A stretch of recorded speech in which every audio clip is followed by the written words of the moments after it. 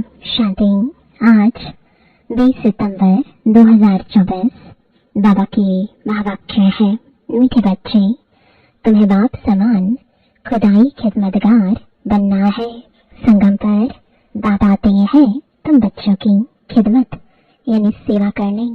प्रश्न है, यह पुरुषोत्तम संगम युग ही सबसे सुहावना और कल्याणकारी है, कैसे? उत्तर है, इसी समय तुम बच्चे स्त्री और पुरुष दोनों ही उत्तम बनते हो। यह संगम युग है ही कलयुग अंत और सतयुग आदि के बीच का समय। इस समय ही बाप तुम बच्चों के लिए ईश्वरीय यूनिवर्सिटी खोलते हैं, जहाँ तुम मनुष्य से देवता बनते हो। ऐसी यूनिवर्सिटी सारे कल्प में कभी नहीं होती। इस समय सबकी सदगति होती है। ओम शांति। रूहानी बाप रूहानी बच्चों को बैठ समझाते हैं। यहाँ बैठे बैठे एक तो तुम बाप को याद करते हो, क्योंकि वह पतित पावन है। उनको याद करने से ही पावन सतो प्रधान बनने की तुम्हारी एम है। ऐसे नहीं, सतो तक एम है, सतो प्रधान बनना है। इसलिए बाप को भी जरूर याद करना है, फिर स्वीट होम को भी याद करना है, क्योंकि वहां जाना है। फिर माल मिल्कियत भी चाहिए, इसलिए अपने स्वर्ग धाम को भी याद करना है, क्योंकि यह प्राप्ति होती है। बच्चे जानते हैं हम बाप के बच्चे बने हैं, बरोबर बाप से शिक्षा लेकर हम स्वर्ग में जाएंगे, नंबरवार पुरुषार्थ अनुसार। बाकी जो भी जीव की आत्माएं हैं वह शांति धाम में चली जाएंगी। घर तो जरूर जाना है। बच्चों को यह भी मालूम हुआ, अभी है रावण राज्य। इसकी भेंट में सतयुग को फिर नाम दिया जाता है राम राज्य। दो कला कम हो जाती है, उनको सूर्यवंशी, उनको चंद्रवंशी कहा जाता है। जैसे क्रिश्चियन की डायनेस्टी एक ही चलती है, वैसे यह भी है एक ही डायनेस्टी, परंतु उसमें सूर्यवंशी और चंद्रवंशी है। यह बातें कोई भी शास्त्रों में नहीं है। बाप बैठ समझाते हैं, जिसको ही ज्ञान अथवा नॉलेज कहा जाता है। स्वर्ग स्थापन हो गया, फिर नॉलेज की दरकार नहीं। यह नॉलेज बच्चों को पुरुषोत्तम संगम युग पर ही सिखलाई जाती है। तुम्हारे सेंटर्स पर व म्यूजियम में बहुत बड़े बड़े अक्षरों में जरूर लिखा हुआ हो कि बहनों और भाइयों, यह पुरुषोत्तम संगम युग है जो एक ही बार आता है। पुरुषोत्तम संगम युग का अर्थ भी नहीं समझते हैं, तो यह भी लिखना है कलयुग अंत और सतयुग आदि का संगम। तो संगम युग सबसे सुहावना कल्याणकारी हो जाता है। बाप भी कहते हैं मैं पुरुषोत्तम संगम युग पर ही आता हूँ। तो संगम युग का अर्थ भी समझाया है। वैश्यालय का अंत, शिवालय का आदि, इसको कहा जाता है पुरुषोत्तम संगम युग। यहाँ सब है विकारी, वहाँ सब है निर्विकारी। तो जरूर उत्तम तो निर्विकारी को कहेंगे ना। पुरुष और स्त्री दोनों उत्तम बनते हैं, इसलिए नाम ही है पुरुषोत्तम। इन बातों का बाप और तुम बच्चों के सिवाय किसको पता नहीं कि यह संगम युग है। किसके ख्याल में भी नहीं आता कि पुरुषोत्तम संगम युग कब होता है। अभी बाप आए हुए हैं, वह है मनुष्य सृष्टि का बीज रूप। उनकी ही इतनी महिमा है। वह ज्ञान का सागर, आनंद का सागर है, पतित पावन है, ज्ञान से सदगति करते हैं। ऐसे तुम कभी नहीं कहेंगे कि भक्ति से सदगति, ज्ञान से सदगति होती है, और सदगति है ही सतयुग में। तो जरूर कलयुग का अंत और सतयुग आदि के संगम पर आएंगे। कितना क्लियर कर बाप समझाते हैं। नए भी आते हैं, हूबहू जैसे कल्प कल्प आए हैं, आते रहते हैं। राजधानी ऐसे ही स्थापन होनी है। तुम बच्चों को मालूम है हम खुदाई खिदमतगार सच्चे सच्चे ठहरे। एक को थोड़े ही पढ़ाएंगे, एक पढ़ते हैं, फिर इन द्वारा तुम पढ़कर औरों को पढ़ाते हो। इसलिए यहाँ यह बड़ी यूनिवर्सिटी खोलनी पड़ती है। सारी दुनिया में और कोई यूनिवर्सिटी है ही नहीं। ना कोई दुनिया में जानता है कि ईश्वरीय यूनिवर्सिटी भी होती है। अभी तुम बच्चे जानते हो, गीता का भगवान शिव आकर यह यूनिवर्सिटी खोलते हैं, नई दुनिया का मालिक देवी देवता बनाते हैं। इस समय आत्मा जो तमो प्रधान बन गई है, फिर उसको ही सतो प्रधान बनना है। इस समय सब तमो प्रधान है ना।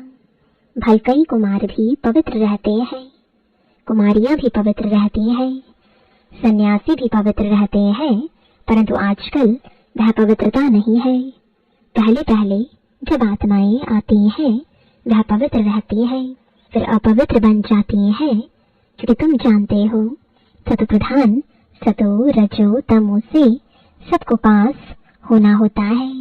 अंत में सब तमो प्रधान बन जाते हैं।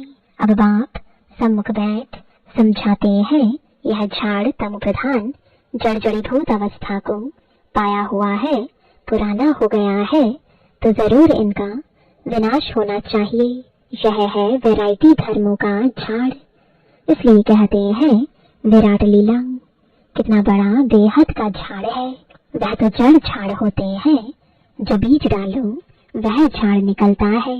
यह फिर है वैरायटी धर्मों का वैरायटी चित्र है। सब मनुष्य, परंतु उनमें वैरायटी बहुत है, इसलिए विराट लीला कहा जाता है। सब धर्म कैसे नंबरवार आते हैं यह भी तुम जानते हो। सबको जाना है, फिर आना है। यह ड्रामा बना हुआ है भी कुदरती ड्रामा। कुदरत यह है जो इतनी छोटी सी आत्मा अथवा परमात्मा में कितना पाठ भरा हुआ है। परम आत्मा को मिलाकर परमात्मा कहा जाता है। तुम उनको बाबा कहते हो क्योंकि सभी आत्माओं का वह सुप्रीम बाप है ना। बच्चे जानते हैं आत्मा ही सारा पाठ बजाती है। मनुष्य यह नहीं जानते, वह तो कह देते आत्मा निर्लेप है। वास्तव में यह अक्षर रॉन्ग है। यह भी बड़े बड़े अक्षरों में लिख देना चाहिए, आत्मा निर्लेप नहीं है। आत्मा ही जैसे जैसे अच्छे व बुरे कर्म करती है तो ऐसा वह फल पाती है। बुरे संस्कारों से पतित बन पड़ती है, तब तो देवताओं के आगे जाकर उनकी महिमा गाते हैं। अभी तुमको 84 जन्मों का पता पड़ गया है और कोई भी मनुष्य नहीं जानता। तुम उनको 84 जन्म सिद्ध कर बतलाते हो तो कहते हैं कि शास्त्र सब झूठे हैं, क्योंकि सुना है मनुष्य 84 लाख योनियां लेते हैं। अभी बात बैठ समझाते हैं, वास्तव में सर्वशास्त्रमयी शिरोमणि है ही गीता। बाप अभी हमको राजयोग सिखला रहे हैं जो 5000 वर्ष पहले सिखलाया था। तुम जानते हो हम पवित्र थे, पवित्र गृहस्थ धर्म था। अभी इनको धर्म नहीं कहेंगे, अधर्मी बन पड़े हैं, अर्थात विकारी बन गए हैं। इस खेल को तुम बच्चे समझ गए हो। यह बेहद का ड्रामा है जो हर 5000 वर्ष बाद रिपीट होता रहता है। लाखों वर्ष की बात तो कोई समझ भी ना सके। यह तो जैसे कल की बात है, तुम शिवालय में थे, आज वैश्यालय में हो, फिर कल शिवालय में होंगे। सतयुग को कहा जाता है शिवालय, त्रेता को सैमी कहा जाता है। इतने वर्ष वहां रहेंगे, पुनर्जन्म में तो आना ही है। इनको कहा जाता है रावण राज्य। तुम आधा कल्प पतित बने, अब बाप कहते हैं गृहस्थ व्यवहार में रहते कमल फूल समान पवित्र बनो।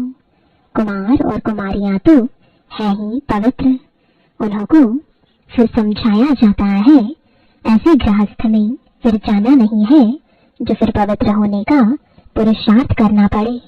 भगवान वाच है कि पावन बनो तो बेहद के बाप का मानना पड़े ना।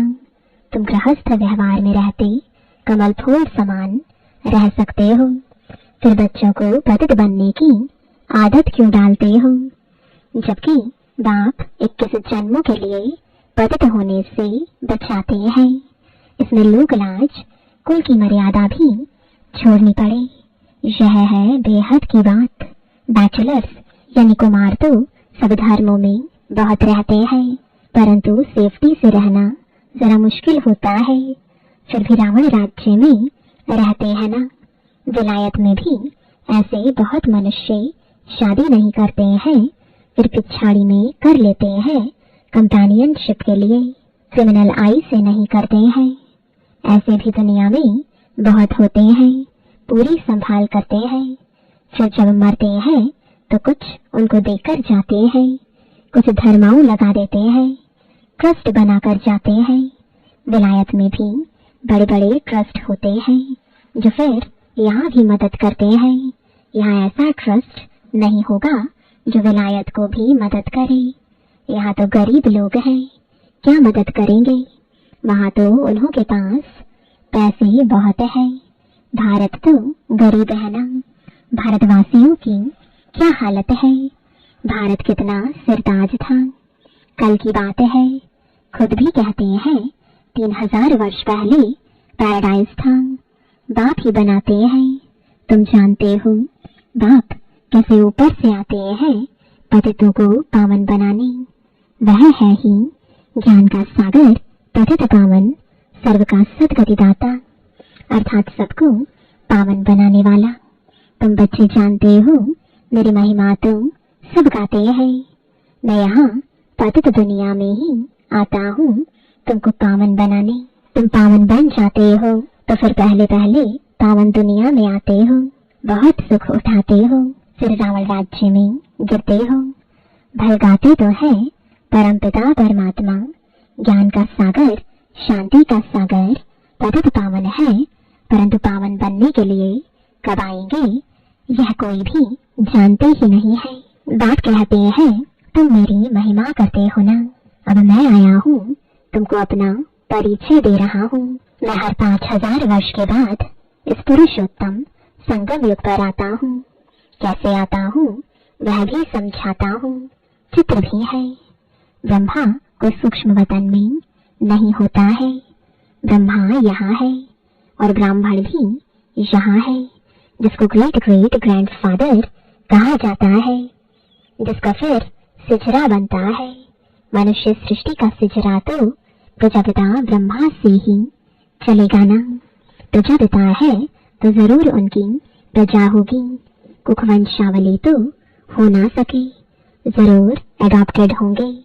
ग्रेट ग्रेट ग्रैंडफादर है तो जरूर एडॉप्ट किया होगा। तुम सब एडॉप्टेड बच्चे हो। अभी तुम ब्राह्मण बने हो, फिर तुमको देवता बनना है। शूद्र से ब्राह्मण, फिर ब्राह्मण से देवता, यह बाजोली का खेल है। विराट रूप का भी चित्र है ना। वहां से सबको यहाँ आना है जरूर। जब सब आ जाते हैं फिर क्रिएटर भी आते हैं। वह डायरेक्टर क्रिएटर है, एक्ट भी करते हैं। बाप कहते हैं हे आत्माएं, तुम मुझे जानते हो। तुम आत्माएं मेरे सब बच्चे हो ना। तुमने पहले सतयुग में शरीरधारी बन कितना अच्छा सुख का पाठ बजाया, फिर 84 जन्म बाद तुम कितना दुख में आ गए हो। ड्रामा के क्रिएटर, डायरेक्टर, प्रोड्यूसर होते हैं ना। यह है बेहद का ड्रामा।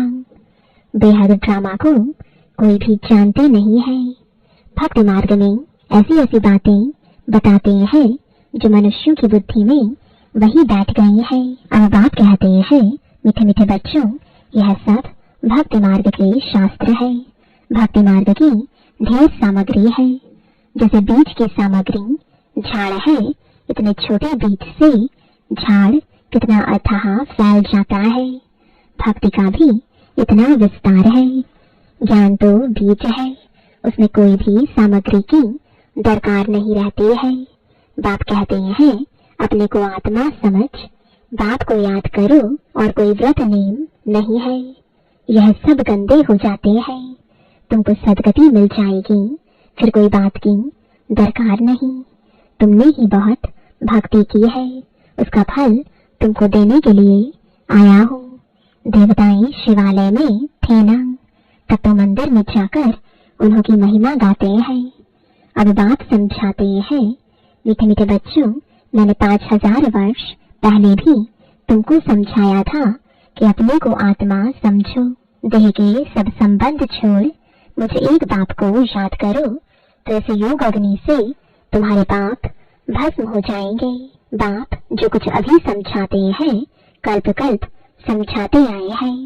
गीता में भी कोई कोई अक्षर अच्छे हैं। मनमना भव अर्थात मुझे याद करो।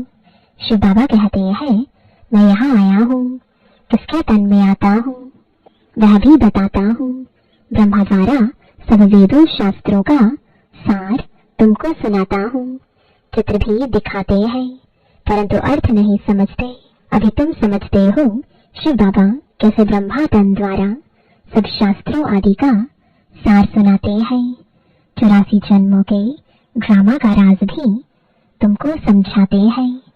इनके ही बहुत जन्मों के अंत में आता हूँ। यही फिर पहले नंबर का प्रिंस बनते हैं, फिर 84 जन्मों में आते हैं। अच्छा, मीठे मीठे सिकिलदे बच्चों प्रति माता पिता बाप दादा का याद प्यार और गुड मॉर्निंग। रूहानी बाप की रूहानी बच्चों को नमस्ते। रूहानी बच्चों की रूहानी बाप दादा को गुड मॉर्निंग और नमस्ते। धारणा के लिए मुख्य सार है पहला, इस रावण राज्य में रहते पतित लोग लाज कुल की मर्यादा छोड़ बेहद बाप की बात माननी है। गृहस्थ व्यवहार में कमल फूल समान रहना है। दूसरा, इस वैरायटी विराट लीला को अच्छी तरह समझना है। इसमें पाठ बजाने वाली आत्मा निर्लेप नहीं, अच्छे बुरे कर्म करती और उसका फल पाती है। इस राज को समझकर श्रेष्ठ कर्म करने हैं। वरदान है बाप के संस्कारों को अपने ओरिजिनल संस्कार बनाने वाले शुभ भावना शुभकामनाधारी भव। अभी तक कई बच्चों में फीलिंग के किनारा करने के पर चिंतन करने व सुनने के भिन्न भिन्न संस्कार है, जिन्हें कह देते हो कि क्या करें, मेरे ये संस्कार है। यह मेरा शब्द ही पुरुषार्थ में ढीला करता है। यह रावण की चीज है, मेरी नहीं। लेकिन जो बाप के संस्कार है वही ब्राह्मणों के ओरिजिनल संस्कार है। वह संस्कार है विश्व कल्याणकारी शुभ चिंतन धारी, सबके प्रति शुभ भावना शुभ कामनाधारी। स्लोगन है जिनमें समर्थी है वही सर्व शक्तियों के खजाने का अधिकारी है। ओम शांति।